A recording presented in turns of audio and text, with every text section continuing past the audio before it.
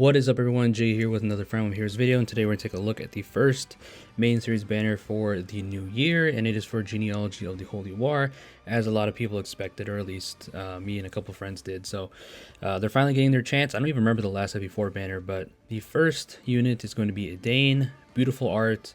Yoshiro Ambe doesn't really miss, in my opinion. Definitely one of the better artists in the game.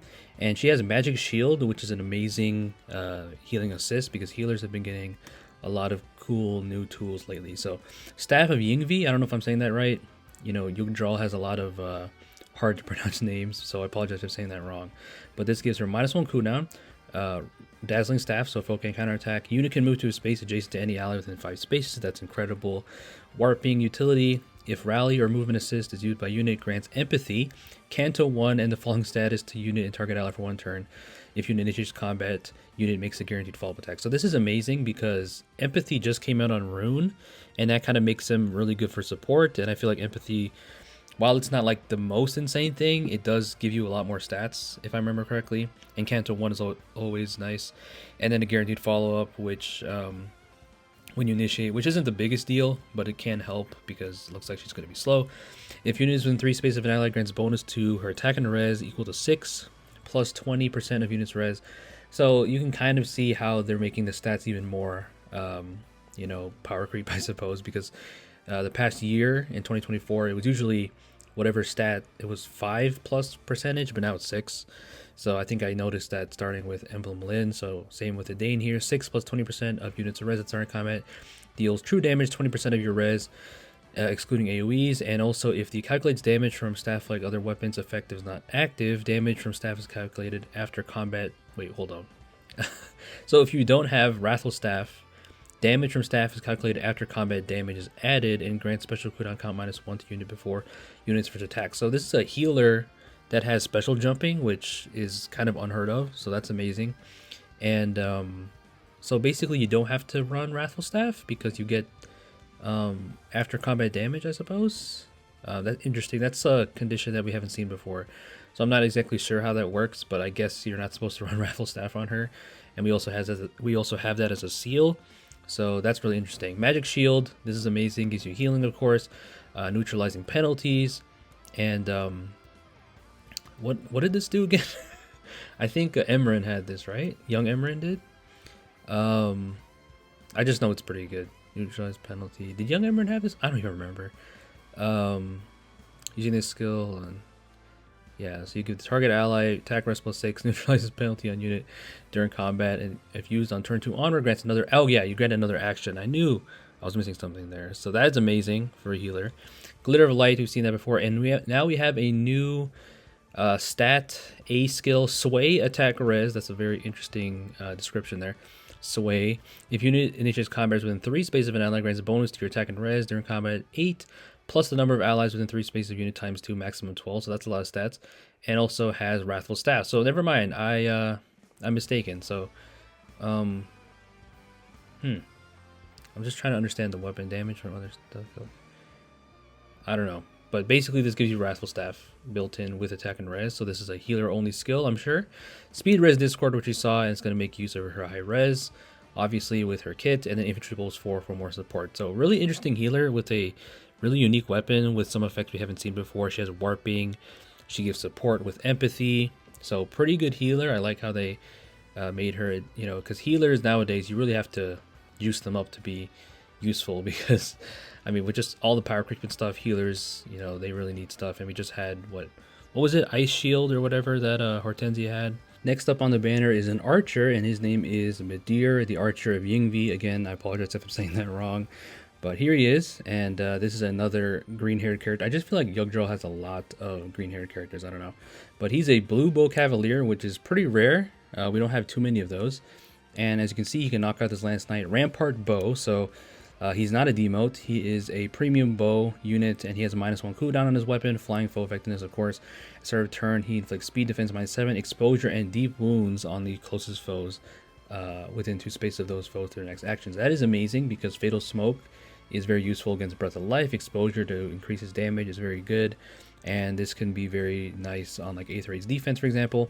If he's alive, he grants a bonus to all of his stats equal to the number of foes within 3 rows through a column centered on unit times 3 plus 5 maximum 14.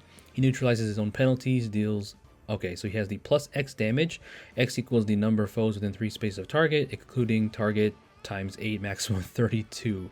That is a lot of flat damage that he can get. So he's gonna hit like a truck. The X damage is no joke, but when you have it up to, well, I mean, maybe, I don't know, maybe other ones are higher, but still 32 flat damage is amazing. And this includes AoEs. He also has flat DR on the first attack by 7, including the brave hits. He has Luna, Slicer Sparrow, which we've seen before, and Incite Speed Defense, which we haven't seen before, but Incite skills are not anything new. So he's a pretty good bow unit. Definitely, again, something you can put on Aether's defense to just annoy people. Fatal Smoke is going to be annoying, and you can have other teammates just swoop in and finish him off if he doesn't kill. So Midir is definitely pretty awesome as a Blue Bow Cavalier. Next up we have Do, the Benevolent Thief. So Do and Patty are reuniting, and he is a Red Dagger Infantry, and it looks like he's going to be the demote. Yeah, just like Patty is. So Helping Dagger, this gives him plus 5 attack and speed, and also further attack and speed times 5 to unit if he's alive. X equals the number of allies with attack greater than or equal to 55. So this is one of those weird conditions where it's like very specific, where a check is like greater than or equal to 55. I don't know why it's like that, but 55 is the number. Within 3 rows for your column centered on unit, plus the number of allies with speed greater than or equal to 40. Okay, in the same area, maximum 3, and grant special cooldown card charge plus 1 during combat. So very interesting dagger, not the best dagger obviously, but this can be a nice side grade or something else you might want to use instead of if you don't have arcane daggers. So I just the descriptions, man, in this game, I just don't get it sometimes.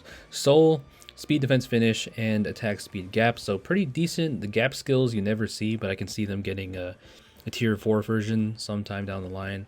And speed, defense, finish, geez, is decent. His weapon grants up to plus 20 attack and speed and speeds up his special trigger. So yeah, as a demote, he's going to have those modern stats, and he's a red dagger, which is also kind of rare. Colored daggers, colored bows. Well, more so colored daggers, they're, pretty rare, I guess, or less available. And last and certainly not least is the new Attuned hero, Attuned Brigid. So she is amazing. The art is incredible, drawn by one of the GOATs, Suzuki Rika. Incredible. They don't really miss, just like Brigid is with her bow. And I like how she's wearing something similar to Uller, I believe, and you can see Uller next to her. And she's also, of course, wielding Ufel. So really nice art, because I think Brigid, I'm pretty sure she only has her pirate alt. I don't think her base version is in the game yet. So if I remember correctly, I could be wrong. Let me double check. Yeah, I think Pirate Brigid is the only Brigid in the game before this. So nice for Brigid fans. So Divine Ufel is a really powerful weapon, which gives you, of course, -1 cooldown, incited, attack speed plus 6, and the ability to warp within allies adjacent to any ally within 2 spaces. So basically the oath effect, which is really good. So this is basically a better version of Attuned Sita's weapon that gives you the same thing, except it doesn't give you incited. So incited status can really help. And this gives you the ability to get attack speed equal to 6 plus 20% of your speed at start of combat if you initiate or within 2 spaces of an ally, and you deal the flat damage just like Midir. X equals the total number of bonus effects active on unit excluding stat bonuses and penalty effects active on foe, which is going to synergize perfectly with her B slot, her PRFB. So her cap on her flat damage is actually lower than Midir's, which is interesting, considering that she's the star of the show, but I suppose she already has other effects, so they wanted to lower it a bit, because Midir's is 32 and hers is 25 here. But I guess, well, I wouldn't say hers is easier, but for her playstyle, bonus and penalty effects isn't too hard. We have a lot of these in the game.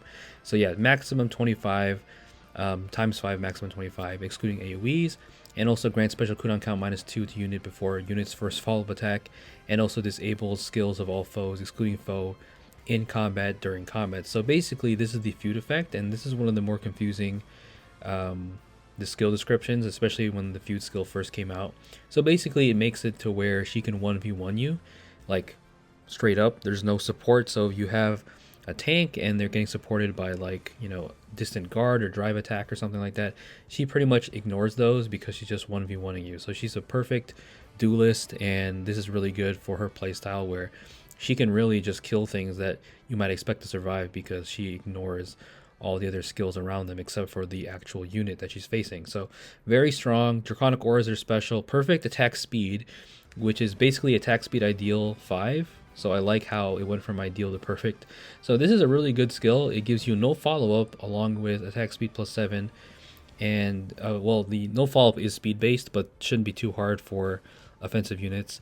And you also get an additional attack speed plus 3 during combat if you're within 3 space of an ally. So I like this. This is really good for units that don't have no follow-up, obviously.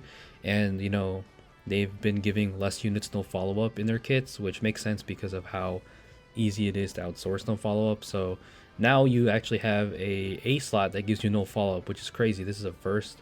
So this is going to be really good for like Emblem Lyn, who's another top tier green bow unit. So you can give that to her because she's lacking no follow-up. You can give it to melee units, I suppose, which I assume is going to be allowed on them as well. So really good A skill. Perfect attack speed is perfect for her.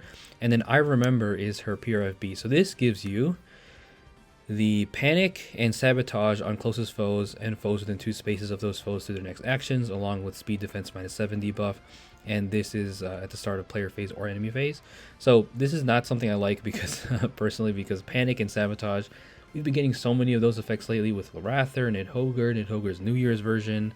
Or no, I don't think her New Year's version has it, but Nidhogger does. I don't remember exactly, but panic and sabotage, my point is, has been on a lot of units as of late, and it's very annoying as someone who uses Attuned Sita. And sabotage can, as the word implies, just completely sabotage you and your team comp. So we're getting more units with that, and for her, you know, you can set her up in Aetherite's defense because of this and just be really annoying.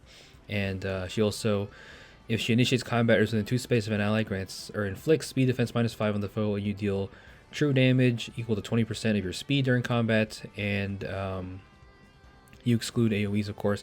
And you also have Miracle built in because why not? So Miracle is going to let you survive, and you also have 7 HP healing after combat. So this is going to make her pretty annoying to take out because you might think she's just some frail unit, and she just has Miracle built in. So yeah, that's going to be a bit annoying. So this is dependent on if she's within 2 space of an ally, though. So you have to keep that in mind. Creation Pulse, which synergizes perfectly well with her weapon, giving her even more special jumping. And with her already dealing panic and sabotage, this is not going to be hard to do. And then Tempo Echo, which is a new X skill, which is amazing for offensive nukes like her. So this gives you, of course, the null guard and null special charges, and also the DR piercing like the Tempo 4 skills have. So this is one of the best X skills you can get for an offensive unit. So really good. And of course, as an attuned hero, you can duplicate a ton of skills on her to make her just the ultimate fodder unit. So you can dupe Deadeye, because she doesn't come with that. You can dupe what else can you dupe? I guess perfect attack speed. Obviously you can do Breath of Life if you really wanted to. Creation Pulse is perfect already, but you can also do, what else could you do? Infantry Pulse, I suppose. I don't know, her HP is probably not that high, but either way, I can't think of every single skill. But infantry units, of course, have a lot of skill options that you can dupe, and then of course get the Tempo Echo. So Attuned Brigid is no joke. She's another top tier green bow after we just got Emblem Lyn, so that's interesting. So it says right here, can't be defeated when allies are near her. That's a bit of an exaggeration. It just means that Miracle is going to be in play as long as she's next to somebody or within 2 spaces of somebody. So as you can see, Alphonse can't kill her, and that is going to help you in Aether rates for sure, or just in general, of course. And, you know, this Aether rates defense team isn't the best ever. And, you know, a lot of the time these trailers don't have the best matchups shown, but still you can kind of get an idea of how Brigid plays. She takes out Alphonse, no problem. She's going to hit like a truck. Or should I say hit like a U-Fell, and Alphonse is gone. And she triggers Miracle again. So Fatal Smoke, just showing, you know, it's going to be more and more useful as time goes on, with of course Breath of Life and stuff, and Miracle Cheese. So that is the banner, the Jugdraw banner, or should I say Yogdraw banner, the Genealogy banner. Pretty cool. I like the choices, and I like the art, of course, is amazing. The GHB unit is Chulain. He's a Myrmidon, I believe, if I remember correctly. So he's going to be a sword unit. I don't know if he's going to have a PRF, but hopefully his art is good and that he brings some decent skills. I like how this banner is primarily blonde. Midir is the only non-blonde here, so shout out to him. And also, I think he's gonna be kind of slept on, you know, because his bow is really really good. Like lots of true damage, fatal smoke, and exposure can be really useful. And you put him and Attuned Brigid on the same team, you can be very very strong because you just inflict a ton of different stuff. So I think he's a sleeper unit for sure. So that is my reaction and thoughts on this banner, guys. Let me know what you guys think down below if you comment, and leave a like if you enjoyed listening to me ramble. As always, please stay safe out there. Peace out.